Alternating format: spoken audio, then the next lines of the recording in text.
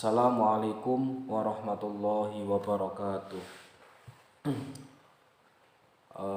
Perkenalkan, nama saya Misbahul Munir, saya dari Prodi PAI 2F.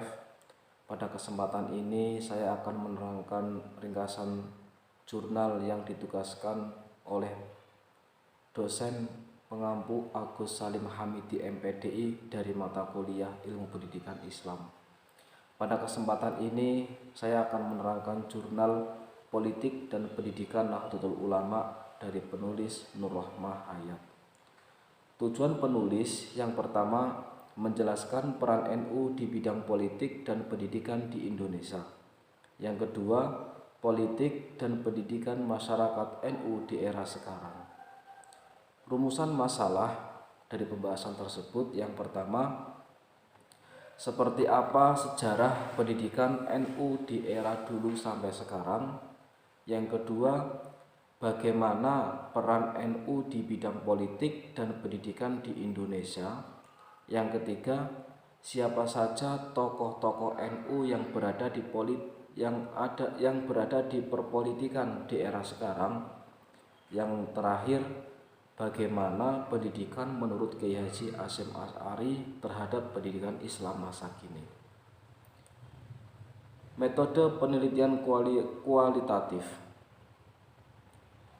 Pembahasan 1. Perkembangan politik NU. Banyak yang berpikir bahwa NU hanya mampu mengirimkan orang dalam kabinet untuk mengisi posisi agama. Namun di era sekarang, kepemimpinan Bapak Presiden Joko Widodo, NU mendapatkan perhatian lebih karena terdapat sederetan menteri NU di era Presiden Bapak Jokowi, seperti M. Nasir menjadi Menteri Riset dan Teknologi.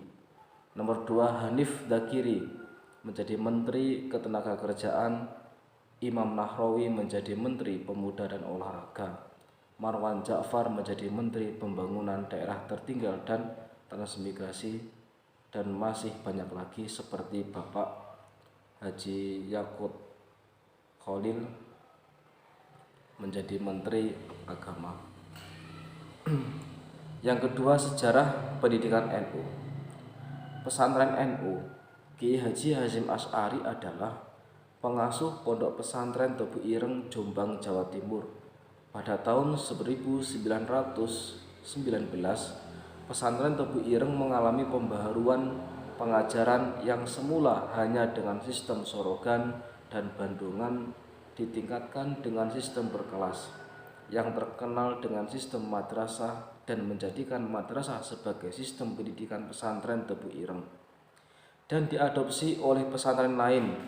Selain itu, pemikiran pendidikan Kiai Haji Hasyim Asy'ari juga merangkum sebuah kitab karangannya yang berjudul Adabul Alim wal Muta'alim, yang berisi tentang konsep pendidikan, yakni tentang etika atau adab dalam mencari ilmu pengetahuan, etika guru sedang mengajar, etika guru dan murid, etika seorang murid terhadap guru, etika murid terhadap pelajaran. Dan kitab tersebut Kiai Haji Hasyim Asy'ari merangkum pemikirannya tentang pendidikan Islam ke dalam 8 poin dan kemudian membaginya kembali ke dalam 3 kelompok, yaitu signifikansi pendidikan, tugas dan tanggung jawab seorang murid, dan tugas dan tanggung jawab seorang guru.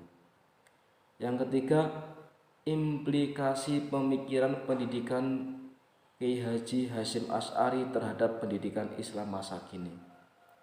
Pola kepemimpinan guru dalam pemikiran Kiai Haji Hasyim Asy'ari cenderung mengarah pada pola kepemimpinan yang karismatik. Mengenai evaluasi tidak menggunakan standarisasi nilai, tetapi dari aspek sikap, tata krama, dan terampil.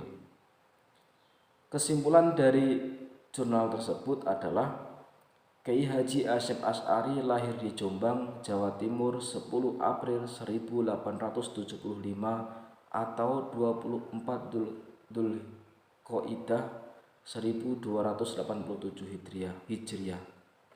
Pendiri dan pengasuh Pondok Pesantren Tebu Ireng tahun 1900. Pendiri Nahdlatul Ulama, wafat pada tanggal 25 Juli tahun 1947.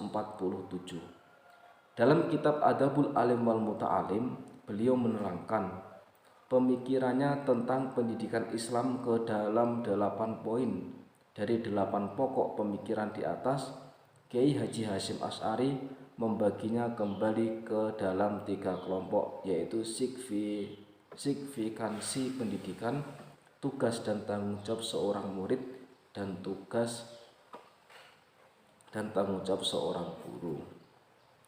Daftar pustaka Abdullah Taufik, Agama Perubahan Sosial, Jakarta, Raja Wali Press, 1983.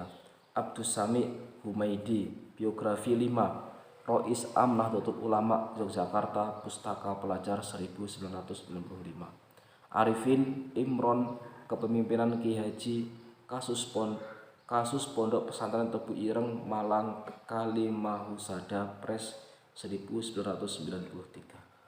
Dari saya cukup sekian, banyak kekhilafan, banyak kesalahan.